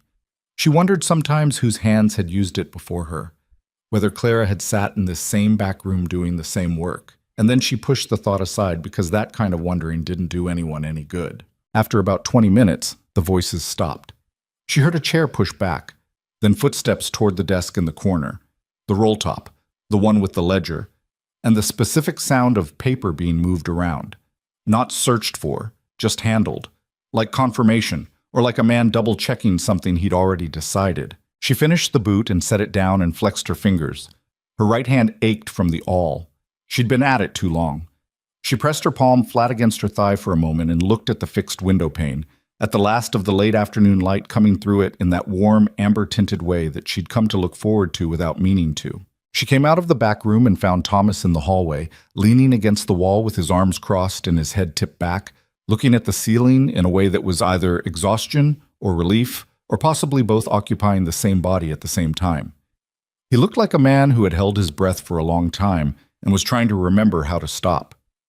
He looked at her when she came out. Something in his face had shifted, not dramatically, just enough. "He's going to send word to Pritchard," Thomas said. She nodded. "Good." He wasn't happy about it. Was he wrong about it? Thomas thought for a moment. "No," he said. He wasn't wrong. He pushed off the wall, straightened. He doesn't like needing things. "I've noticed," she said. Thomas looked at her for a moment. Not the appraising sideways look she'd gotten in the first week, but something more direct. More like the look of a person who has recalculated something and isn't going to announce the result, but knows it. "He said it was your idea," he said. "It was your idea. I just told you to say it out loud." "That's not nothing." "No," she said. "It's not." He went upstairs without further comment, which was the Thomas Mercer version of a great deal of feeling that he didn't have words for. She stood in the hallway for a moment after his boots hit the top step, listening to the house around her, the fire in the main room, the wind outside, the particular creak of the second stair that she'd stopped noticing and then started noticing again when she thought about how long it would take to learn all the sounds of a place until they felt like hers. She went to Clara's room. She stood in the doorway with her hand on the frame, and then, for the first time in 3 weeks of sleeping in it, she lit the lamp and carried it inside and actually looked at the room. No, it was not what she'd been afraid it would be. That was the first thing she understood, and the relief of it was more physical than she expected, something releasing in her chest, like a breath held too long. She'd been imagining, without letting herself imagine fully, a kind of shrine. A room kept exactly as it had been, everything preserved, the whole space heavy with grief made permanent. That was what happened in some houses. The dead got a room that the living walked past and never entered, where the air went stale and the windows stayed closed and the whole thing slowly became less a room and more an accusation. This wasn't that. It had been emptied, not stripped, but cleared in the particular way a room was cleared when someone was trying to make it habitable for another person without pretending nobody had been there before. The chest of drawers had Clara's things in the top 2 drawers. Marian had known that since the first morning, had not opened them and had not needed to. The curtains were Clara's, a faded blue cotton that let through light in a particular warm way she'd noticed even without opening them fully. The floor had a worn path from the door to the window, the specific track that 20 years of the same feet walking the same route left in wood. And above the headboard, the framed sketch she'd been registering as a shape in the dark every night for 3 weeks. She brought the lamp close and looked at it properly. It was a drawing of the ranch, not refined. Whoever had done it wasn't trained, but they were careful and specific. Every building accurate. The barn with its leftward lean, the house with its long porch, the corral fence in its right configuration, the hills behind. The juniper tree at the edge of the yard, which she recognized immediately because she'd been looking at it every morning from the kitchen window without knowing it was old enough to have been drawn 9 years ago. Done in pencil, the shading light in some places and heavy in others where the hand had pressed harder, reaching for something. In the bottom right corner, small and practical, CM 1873. Clara Mercer. 9 years ago. The ranch drawn from outside, looking in, by a woman who had lived in it for, Marion calculated, probably 15 years by that point. Maybe more. She had drawn her own home the way you drew something you were afraid of losing or something you wanted to see clearly. Or both. Usually both. Marion set the lamp on the chest of drawers and sat down on the edge of the bed and looked at the drawing for a long time. Long enough that the lamp flame steadied and the room went quiet around her and she could hear the night outside. The wind in the grass, the distant sound of one of the horses shifting in the corral, the faint creak of the house itself, settling. She thought about what Gideon had said in those careful, rationed words at the kitchen table 3 nights ago. She had a way of making things manageable. 20 years, 6 sons, a cattle ranch and a settlement that the rest of the world had largely decided wasn't worth the attention. What kind of person that required you to be, day after day, year after year, making things manageable, not because it was easy, but because the alternative was letting them become unmanageable. And the people depending on you couldn't afford that. She had done that for a boarding house full of strangers once. 14 rooms, 20-some people rotating through over 4 years. A landlord who was alternately absent and demanding. A budget that required constant renegotiation with reality. She understood the work of it. The particular way it wore on a person, not in the dramatic ways that made good stories, but in the quiet ways that took something out of you, so gradually you didn't notice until you went looking for it one day and found it gone. She understood Clara Mercer in the way you understood someone you'd never met but had been living inside the shape of. The worn floor path, the faded curtains, the drawing above the bed, the boy who kept a piece of the lavender bowl under his pillow because that was the shape grief took when you were 4 and working with limited materials. She reached into her coat pocket and took out the iron key. She turned it over in her fingers. The metal was cold, the teeth worn slightly from age, the iron dull in the lamplight. She had carried it for 23 days, since the stagecoach, since the dust of Ash Hollow, since the moment she stepped down from the coach and understood that what she'd agreed to was larger and more difficult and more necessary than 5 lines in a letter had conveyed. She had carried it through the first supper and the broken bowl, and the conversation with Aldous at the counter and the fence at night, and every single morning she'd woken up in this room without looking at what was in it. She set it on the chest of drawers. Deliberately. The way you set something down when you've decided it doesn't need to be carried anymore. A key was for opening a door. Once you were through it, the key was just a key. She lay back on this bed and looked at the ceiling and thought that this was the most settled she had felt since she arrived. Not happy, not certain, not finished with the hard parts, just settled. Like a person who has stopped bracing for something and started simply being where they are. The Pritchard agreement came through 10 days later, carried by a hired boy on a fast gray horse who tied up at the post and waited in the yard with the particular patience of someone being paid by the hour and therefore unbothered by cold. Marion happened to be nearest the door when the knock came. Gideon was on the range and Thomas was with him, Caleb somewhere in the barn, the younger boys in the house, and useless for business matters on the best of days. She read the note on the porch with the cold coming off the range in flat, steady waves. Pritchard agreed to the summer grazing arrangement. The fee he quoted per head per month was higher than Thomas had estimated. She ran the numbers twice in her head to be sure. And yes, definitely higher, which meant the account at Aldis's could be addressed faster than she'd projected. She went inside, wrote a reply confirming the arrangement in the name of the Mercer Ranch, took it back out to the boy, and watched him ride off down the track toward the settlement. She stood on the porch for a moment afterward. The math moved through her head without being invited. The grazing fee against the outstanding account, the timeline, what was left after that, what it would take to rebuild the herd to the size the land could support, how long before the operation was generating enough that Thomas and Caleb weren't working 4 men's jobs between 2. It was not a short timeline. It was not hopeless either. She went inside and wrote it all down before she forgot any of it. That evening at supper, she told Gideon she'd confirmed the arrangement and showed him her calculation. He looked at the figures. He looked at her. Something moved across his face. Not quite irritation, not quite the opposite. The particular expression of a man who is recalibrating his understanding of what the person across the table from him was capable of. "You should have waited for me to reply," he said. Not angry, just stating it. The boy needed an answer. The numbers were right. I made a call. She met his eyes.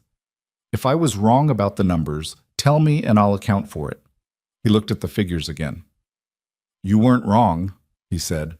Then we're all right.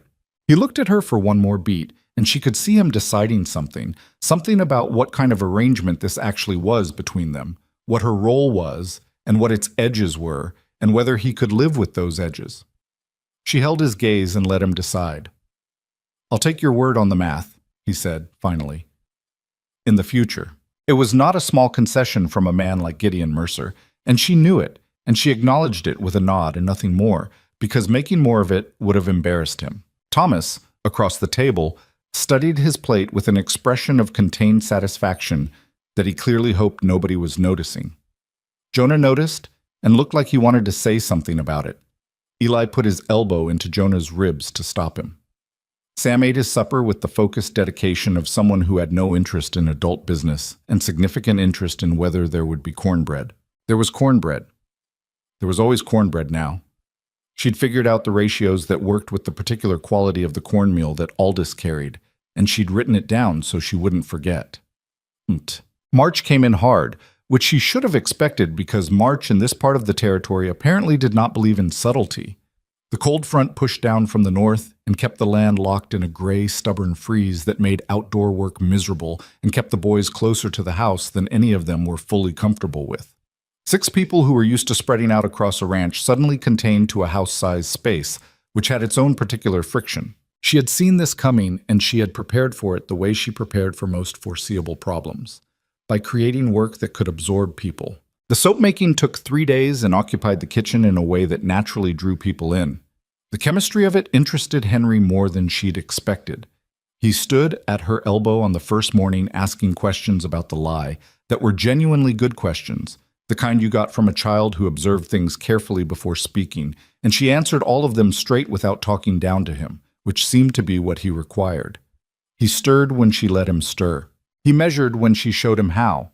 By the end of the first batch, he was explaining the saponification process to Sam in terms that were largely accurate and completely incomprehensible to a 4-year-old, who listened with the polite attention of someone who understood nothing but respected the speaker's enthusiasm. Jonah appeared mid-morning of the second day and sat at the table and asked if he could learn to read a ledger properly.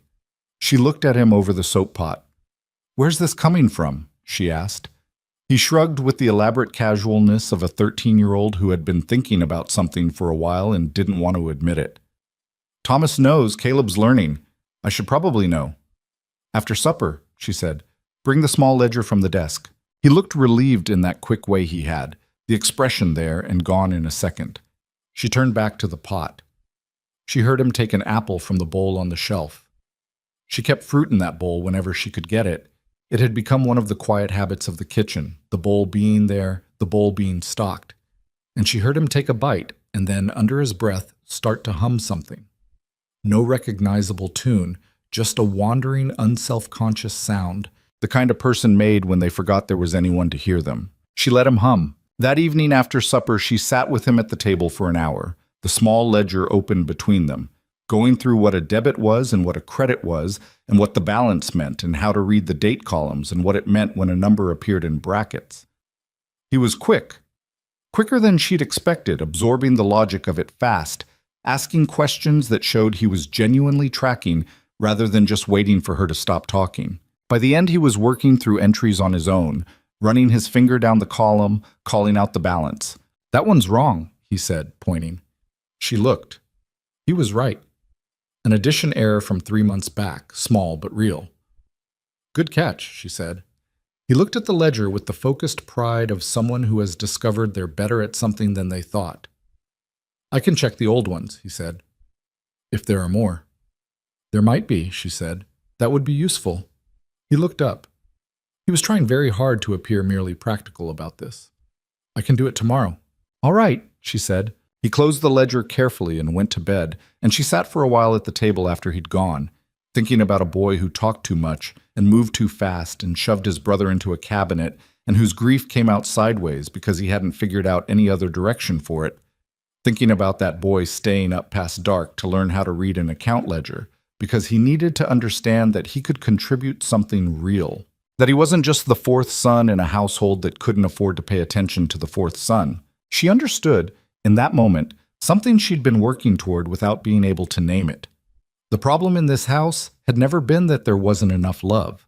The problem was that the love had gone underground 3 years ago, when Clara died and Gideon went inside himself and Thomas stepped up and took on a role too big for him, and everything else followed from those three things. The love was still there, in all of them, in every one of those boys and in their father, too. It had just been running out of ways to show itself. All she'd done, all she was doing, was give it somewhere to go. The table, the kitchen, the bowl of fruit, the hour with the ledger. These were not grand gestures. They were just consistent ones, and consistency, she had learned, was what people who had been badly frightened by loss needed more than anything else. They needed to believe that the thing in front of them was going to stay. The breach came from Gideon when she least expected it, on a night that had started like every other night.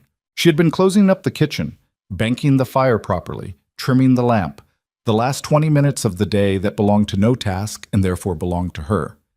When she heard his boots on the porch and then the door, which no longer stuck since she and Gideon had fixed the hinge on the third night of her arrival. She had come to know his particular footstep the way you came to know all the sounds of a house you lived in, the specific weight and rhythm of it, the slight hesitation before entering a room that had other people in it. He did not go toward his end of the house. He came to the kitchen doorway and stopped. She looked up. He was still in his coat, cold off him, same as always this time of year. His face had something in it she couldn't immediately place. Not distress, not the careful blankness he used when he was managing something. Something more open than either of those, which on Gideon Mercer's face was enough to stop her in her tracks. "There's something I want to show you," he said. "If you're not too tired." She looked at him for a moment. "Now?" "It won't take long." She put her coat back on. He led her out the back of the house and across the yard, the cold coming in off the range in that flat, honest way it had. No wind tonight, just cold sitting still on everything.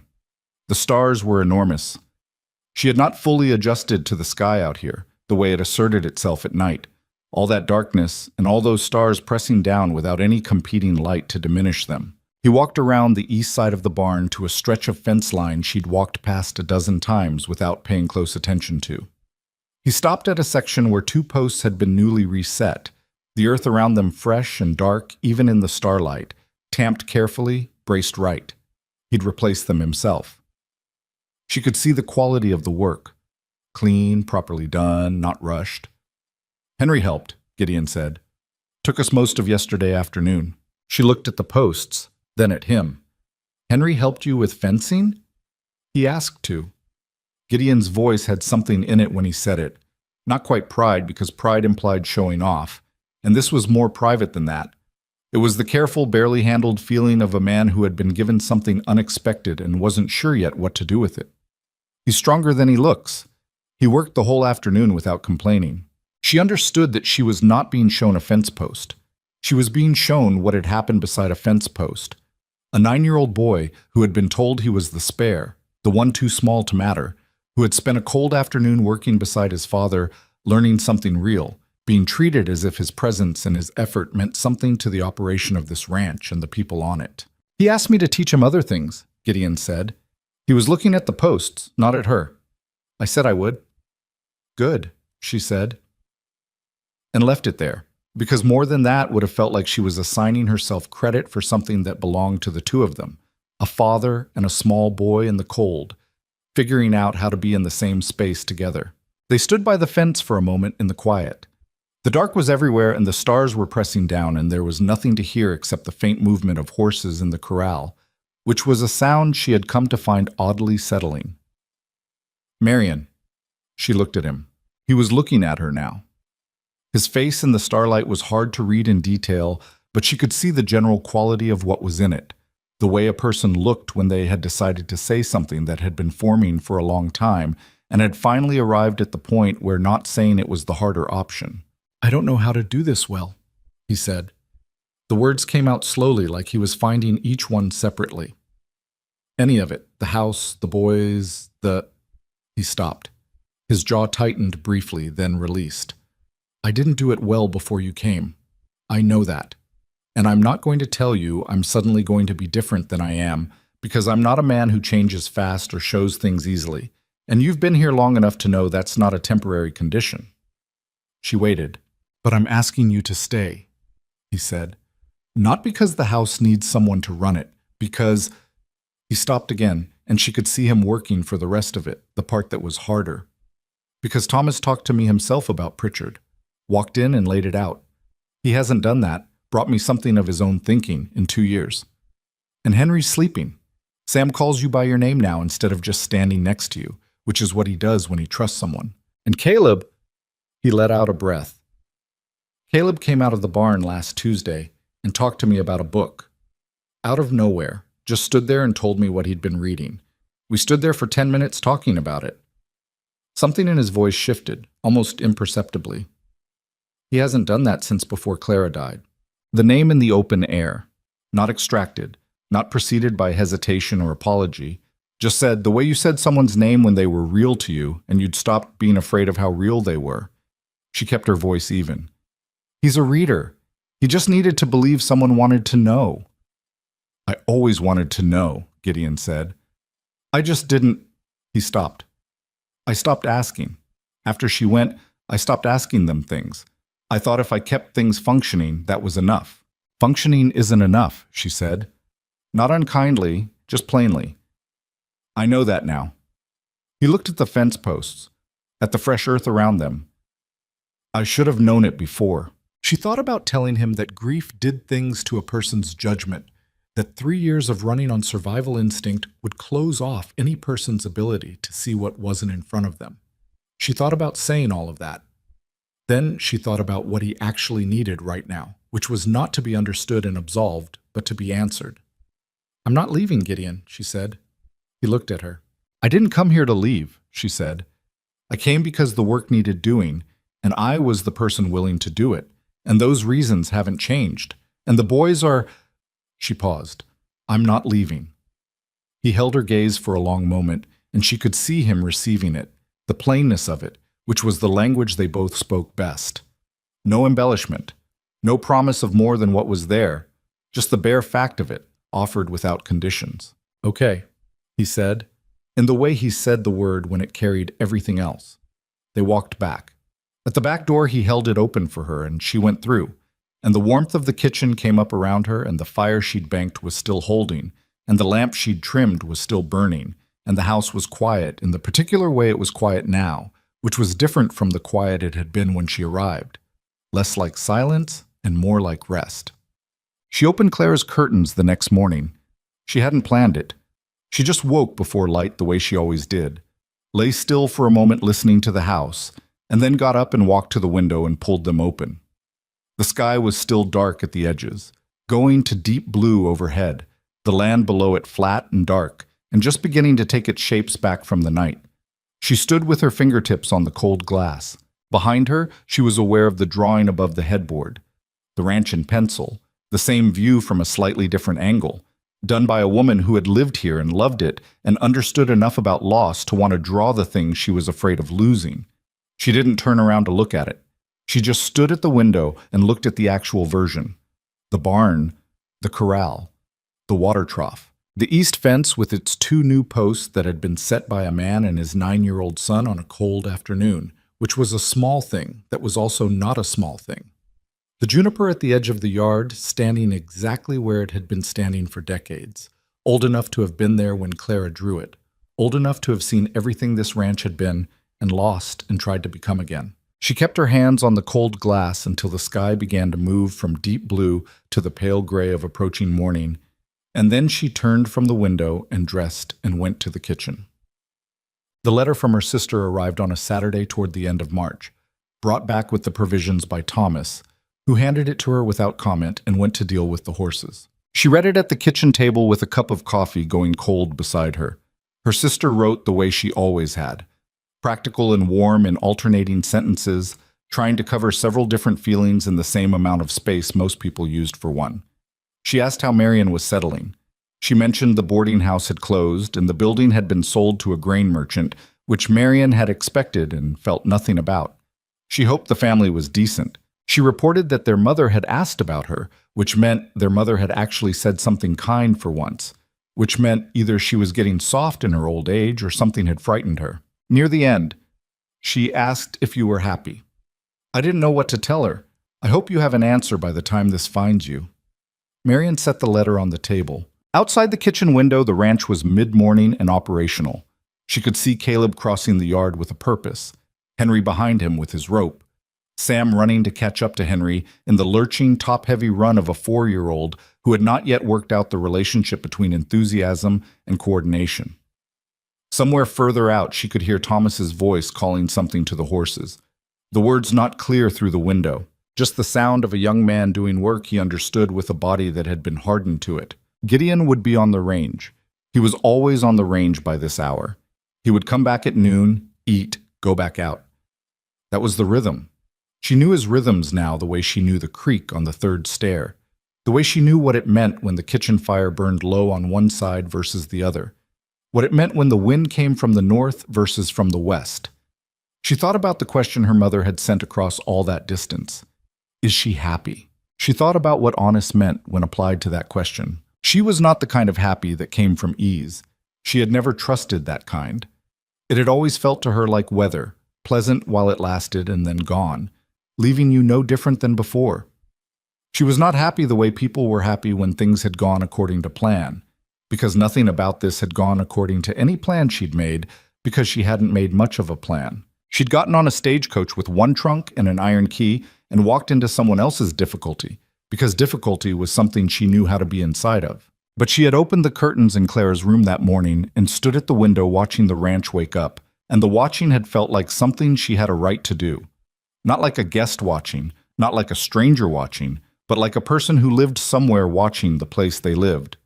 And there was a bowl of fruit on the kitchen shelf that she restocked whenever she could, because she had noticed that the boys reached for it in passing, absently, the way you reached for things in a place that was yours. And there was a 9-year-old who had stopped calling himself the spare.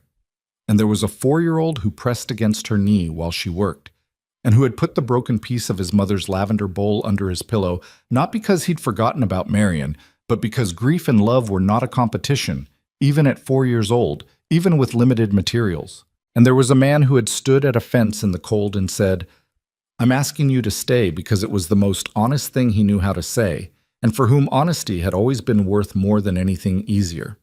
Was she happy? She turned the question over and looked at the underside of it. She was where she was supposed to be. She was doing work that mattered to real people in real and visible ways, and she could see the effects of it, which was more than she'd been able to say in Danforth. She was not lonely in the deep way she had been lonely at the end, managing a building full of strangers who came and went and never quite saw her. She was tired in the productive way, not the hollow way. She was challenged and sometimes frustrated and sometimes genuinely uncertain about how to navigate the next difficult thing. She was, in some ways she hadn't expected, less alone than she had been in a long time. That wasn't the same as happy, but it was, she thought, more durable.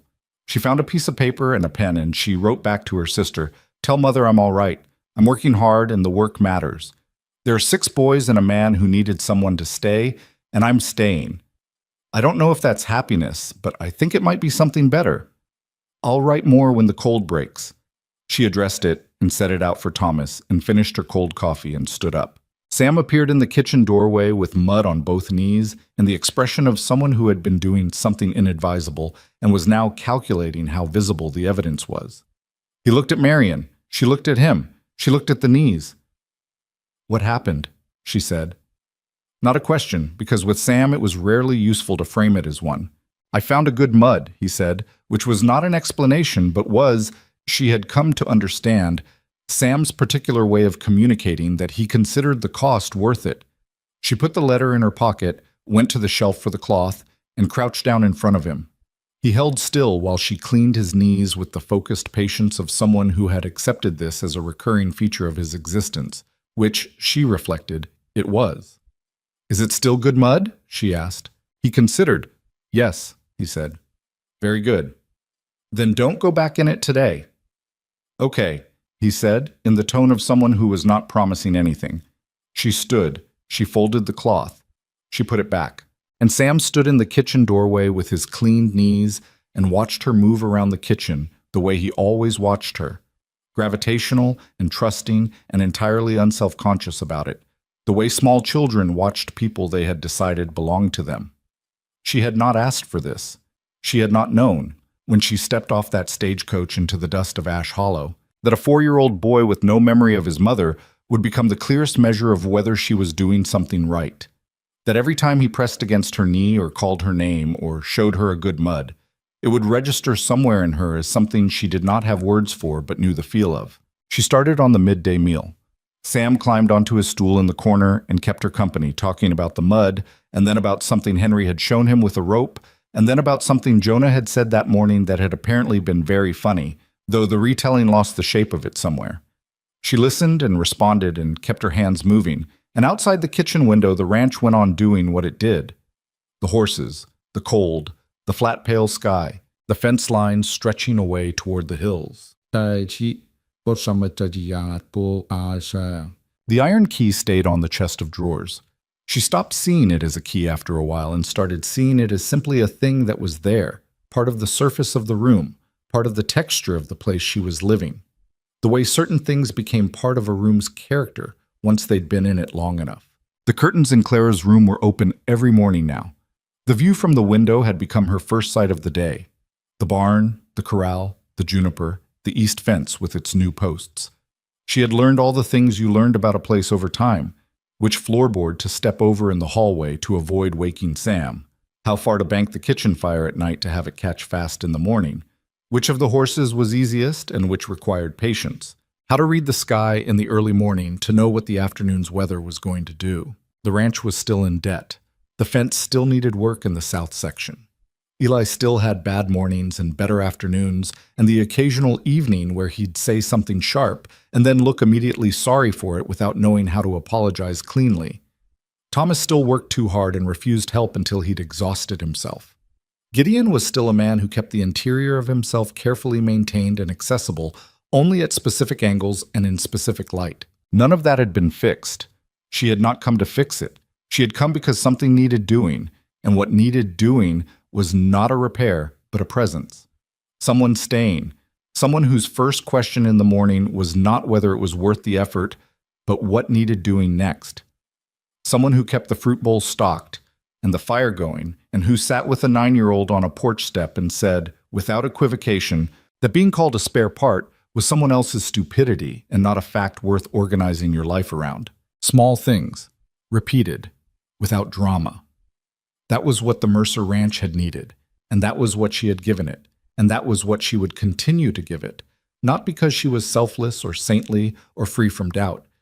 She was none of those things. She had plenty of doubt.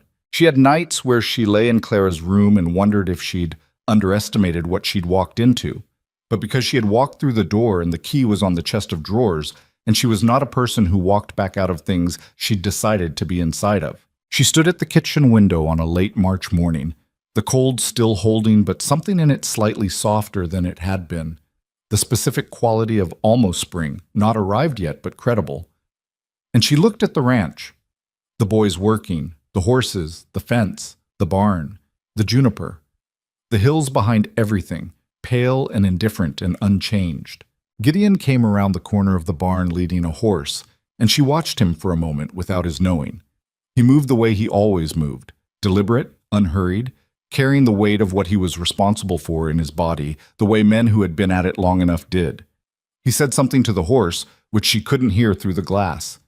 He said it again. The horse settled. He looked up at the house then, not at the kitchen window specifically, just at the house, the way you looked at a place you were coming back to. Something in his face when he did, she caught it at this distance, just barely, was different from what she'd seen on the first night when he walked in from the range and found her standing at his stove. That night his face had been the face of a man expecting nothing and having nowhere particular to arrive to. This morning, looking at the house from the yard, there was something in it that had not been there before. He went to the barn. She turned back to the stove. She was not into certainty. There was no certainty out here, and there never had been. There was land that required more from people than they sometimes had, and weather that didn't negotiate, and debt that needed working down, and boys that needed more than any one person could efficiently provide, and a man who was slowly, painfully, imperfectly learning how to let his walls do something other than hold everything at a distance. There was work. There was always more work. She stirred the pot. She listened to the house around her. She heard Sam on the stairs, the sound of his particular scramble. She heard Henry's flat-footed step behind him. She heard from somewhere above Caleb's door and then his footsteps, and then his voice saying something to one of the younger ones that she couldn't make out, but that didn't have friction in it. Ash Hollow was not a place that forgave much or offered more than it had. It took everything you gave it and asked for more and did not say thank you. That was simply what places like this were. But inside the house at the end of the flats, something was moving that had not been moving before she came. Not salvation, not transformation. Nothing as clean or as complete as either of those words implied. Just the slow, difficult, absolutely ordinary work of people learning to trust that the person across the table was going to be there tomorrow. And the day after that, and the day after that, Marion Vale had arrived with one trunk and an iron key. The trunk was mostly unpacked now. The key was on the chest of drawers. She was still here. She intended to stay. Outside, Ash Hollow held still under a pale sky that was, if you looked at it long enough and without expecting anything, not entirely without beauty. And inside the kitchen of the Mercer Ranch, the fire was going, and the pot was on, and the fruit bowl on the shelf was full, and the day was beginning the way days had been beginning in this house for the last 3 weeks, with the smell of something cooking moving through the rooms from wall to wall, telling everyone who lived here the same quiet, unremarkable, absolutely necessary thing. Someone is here, something is ready, come to the table.